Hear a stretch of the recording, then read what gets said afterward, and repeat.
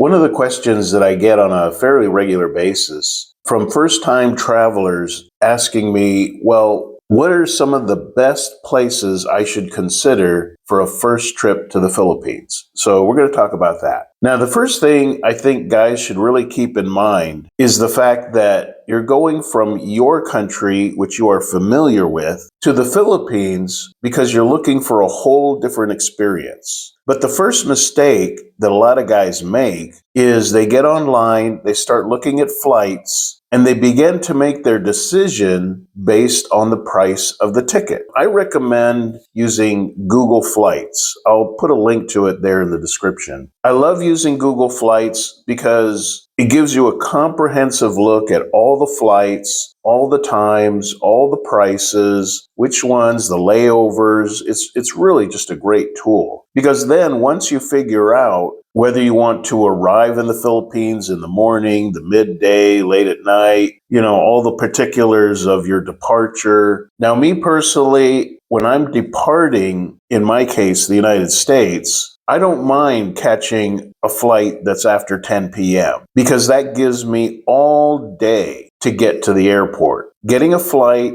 at 9 in the morning, 10 in the morning, you're going to be, especially if you're going to LAX like I do, you may find yourself competing with all of the normal work traffic. And that can be stressful if you're stuck in traffic and you're trying to get to the airport on time.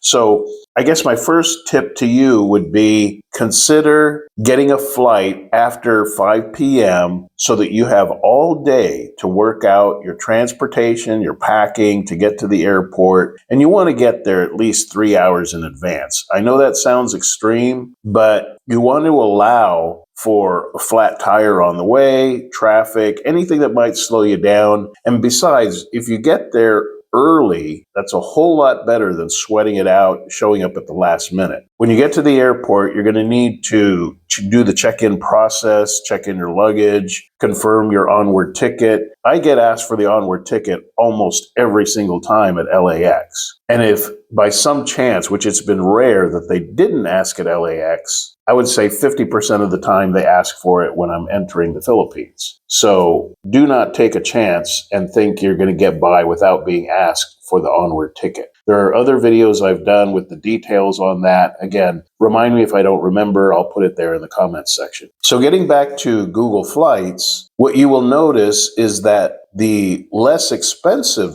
flights and many of the non-stop flights will land you in Manila. And that's what a lot of guys do. And then they step off the plane, they get out of the terminal, and they look around, and it's not a whole lot different than their home country. In fact, depending on which part of Manila you're in and when you get out from the airport, don't be surprised that you're going to see that it's high traffic, overcrowded, lots of urban blight. It's not relaxing to land in Manila, not at all. And there's a much better alternative that'll make for a better experience, a better first impression than landing in Manila. So my first recommendation would be don't land in Manila. Now, that's not to say that you can't have a good time in Manila. There are areas like BGC and Makati, but even then, what you're experiencing is a metro area that is big city. It's not going to be a whole lot different from your home country other than maybe the humidity. Now, what I do highly recommend, and I have done this for 12 years now, is all of my arrivals I do at Cebu Airport. It's actually called Cebu Mactan Airport because the airport is actually on the island of Mactan, which is attached to Cebu by 2 bridges, although they're talking about adding some more bridges. The first thing you'll notice is that it's a smaller airport, easier to manage, easier to navigate, easy to get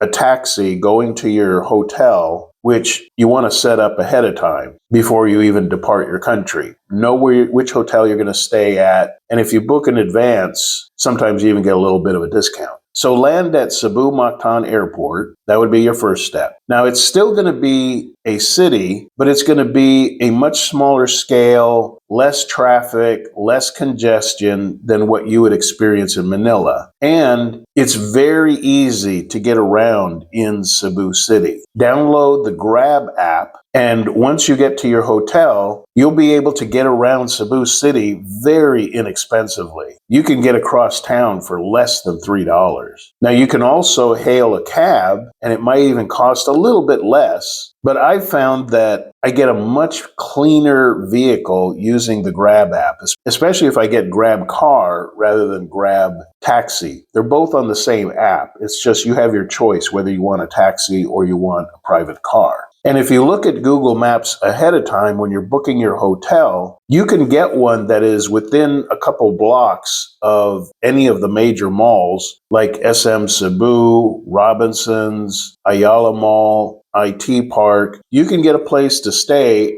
and you won't even need a taxi. You can just walk over to the mall. And the malls, not that you went all the way across the planet to hang out at a mall, but the malls are very useful for you. You can get snacks and groceries to take back to your room. If you want to extend your tourist visa, often the immigration office will be in the mall and you can do it there. You can get a haircut. You can exchange your money to the local Philippine pesos. There's a lot you can get accomplished at the mall that are vital and essential to being in the Philippines. Now, what I would recommend is you've just taken a long flight. You land in Cebu. Now, some guys, they make their whole vacation in Cebu, and that's great because Cebu is a very easy city to transition into. You'll know you're definitely in the Philippines, but it's not going to be too different to where you're going to have a hard time getting around. And because everybody speaks English, I see Cebu as really one of the best places to land in the Philippines. There are other choices such as Clark and Iloilo and Davao, but the routes to those airports are kind of limited, whereas Cebu is very central when it comes to international arrivals. It's also centrally located in the Philippines so that from Cebu, you have so many choices of where to go, and they're not that far away. So what I recommend is you land in Cebu. You could choose to do your whole 2-week vacation there. There's plenty to do. Or you could stay for about 3-4 days just so you can kind of decompress, get over your jet lag,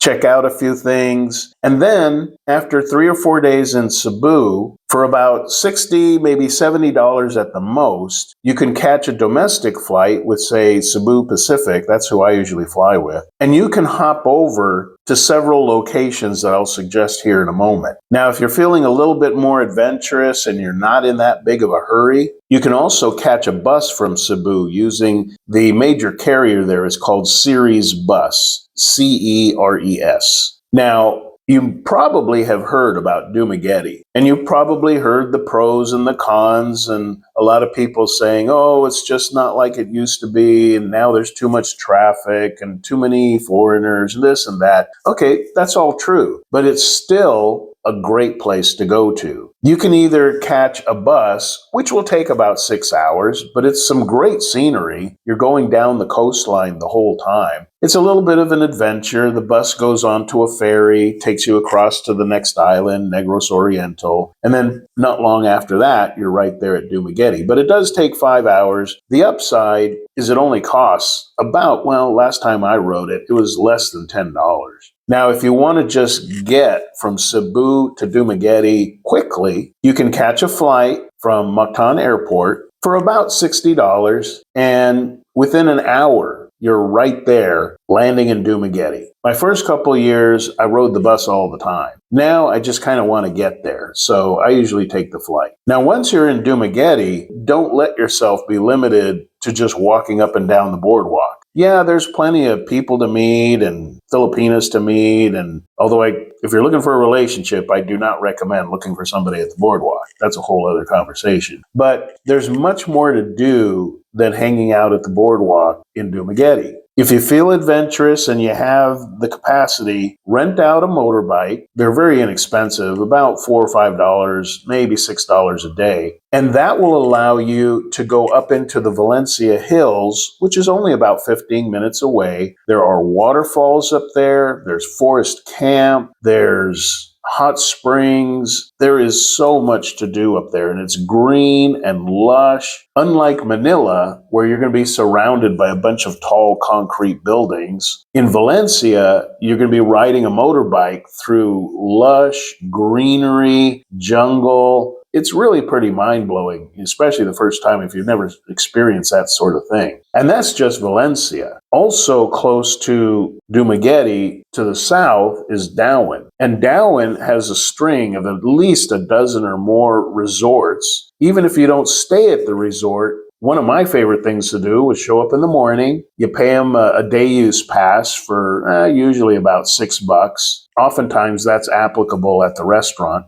And then I would just spend the whole day at the resort and swim in the swimming pool, use their beach, just relax and lounge like the rest of the guests. And they always have a restaurant there. So I'd get some lunch and hang out, just make a day of it. It's a great date if you want to take a Filipino on a date as well. But also in Dauin are several scuba dive shops. Now you can learn to scuba dive. If you're already schooled in the process of scuba diving, you can just go there, rent some gear, and go scuba diving. If that's a little too much for you, you can also get boats that go out to Apo Island, and I've done this, and it was a great experience to go snorkeling right off the coast of Apo Island. It's a day trip, and they provide lunch, and you'll just see, at least I did, the most amazing tropical fish. I saw a sea turtle. I mean, it's beautiful. So there's a lot to do in Dumaguete other than just the night scene and that whole thing. And you can find out all these places by just going to YouTube and type in a search, things to do in Dumaguete. And you'll see there's tons and tons. Believe me, there's tons of video about things to do in Dumaguete. Now, a second place, which is also very close to Cebu, that I would highly recommend you consider, for about $15, you can get the business class ticket on the ferry, the Ocean Jet ferry from Cebu Pier 1, and it's only a 2-hour ride on the ferry to get from Cebu Port over to Tagbilaran Port. Make sure you land at Tagbilaran. There's other ports on Bohol, but you want to land at Tagbilaran because that's where the real city is. Much of the rest of the island is what they call province or undeveloped. It's jungle, small towns and such. But you want to land at Tagbilaran, which is smaller than Cebu, so now you're getting more of a Philippines home feel for things. Now, getting to Tagbilaran, there's plenty of hotels that are near the two major malls. There's actually 4 malls, but 2 major ones. And again, there's plenty of people to see and places to eat and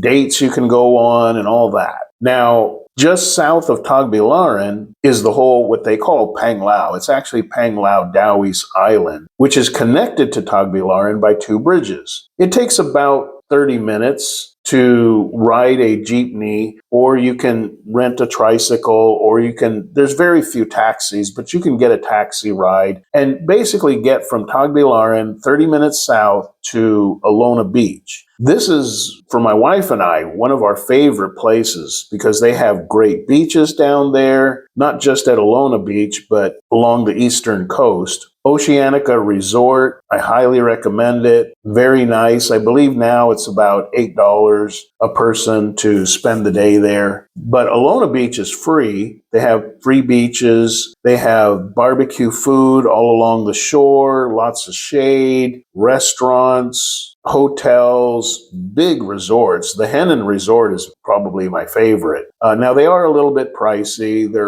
I believe last time I was there was about $180 a night, US dollars. And they even have bungalows for like up to $700 a night. But Henan is like just over the top, 5-star, really nice resort. Again, I can't recommend it highly enough. But there are other resorts and other hotels. You can get a room near Alona Beach, maybe 1 block in off the shore, for about $30 a night. Now, there is a lot to do at Alona Beach, and it is a tourist area. So expect to see a whole lot of tourists. But me, I really don't mind that so much. I like going for the food. I like having lunch. Sometimes I'll just go there to have lunch right there out on the sand underneath some palm trees. Now, see, this is why I said in the beginning, you want to go to the Philippines and have a different experience than what you're used to back in your home country. To me, again, it's kind of futile or pointless to go from the big city in your country to the big city in Manila. It's not a whole lot different. When I think of the Philippines, I think of sandy beaches, palm trees, having a cool drink and some great food right there on the beach, watching people go by, no schedule, no hurry, no worries. See, that's more what you're going to experience outside of Manila at places like Dumaguete and Bohol. Now, a third place, maybe for your second trip that you may want to consider, or even your first, is you land at Cebu, and then after a couple of days, you catch a quick flight, again, for about $60, $80